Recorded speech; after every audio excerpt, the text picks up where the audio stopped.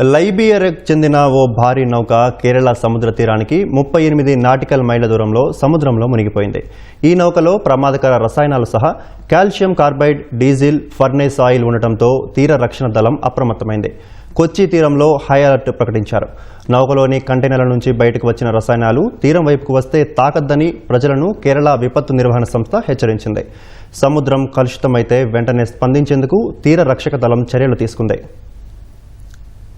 లైబీరియాకు చెందిన ఓ భారీ నౌక కేరళ సముద్ర తీరానికి 38 నాటికల్ మైళ్ల దూరంలో శనివారం ప్రమాదానికి గురైంది. తాజాగా అది పూర్తిగా సముద్రంలో మునిగిపోయినట్లు ఇండియన్ కోస్ట్ గార్డ్ ప్రకటించింది. ఈ నౌకలో 640 కంటైనర్లు ఉండగా వాటిలో 13 కంటైనర్లలో ప్రమాదకరమైన రసాయనాలు, 12 కంటైనర్లలో కాల్షియం కార్బైడ్, మిగిలిన వాటిలో 84.44 మెట్రిక్ టన్నుల డీజిల్, 367.1 మెట్రిక్ టన్నుల ఫర్నేస్ ఆయిల్ ఉంది. ఇవి లీక్ అయితే సముద్ర జలాలు తీవ్రంగా కలుషితమయ్యే ప్రమాదం ఉండడంతో అధికారులు కొచ్చి తీరంలో హై అలర్ట్ ప్రకటించారు. కంటైనర్ల నుంచి బయటకు వచ్చిన ఇంధనం తీరం వైపునకు వస్తే తాకొద్దని ప్రజలను కేరళ విపత్తు నిర్వహణ సంస్థ హెచ్చరించింది.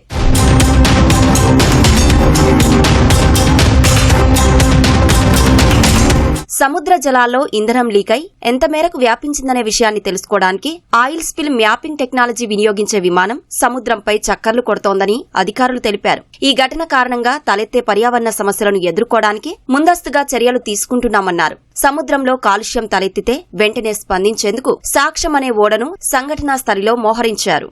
ఈ ఓడలో కాలుష్య ప్రతిస్పందన పరికరాలు ఉన్నాయి. కేరళలోని సముద్ర తీరం జీవ వైవిధ్యానికి నిలయంగా ఉంది. దేశంలో ప్రధాన పర్యాటక ఆకర్షణగా ఉంది. ఈ నేపథ్యంలో కేరళ ప్రభుత్వంతో సమన్వయం చేసుకుంటూ ఇండియన్ కోస్ట్ గార్డ్ అన్ని చర్యలు తీసుకుంటోంది.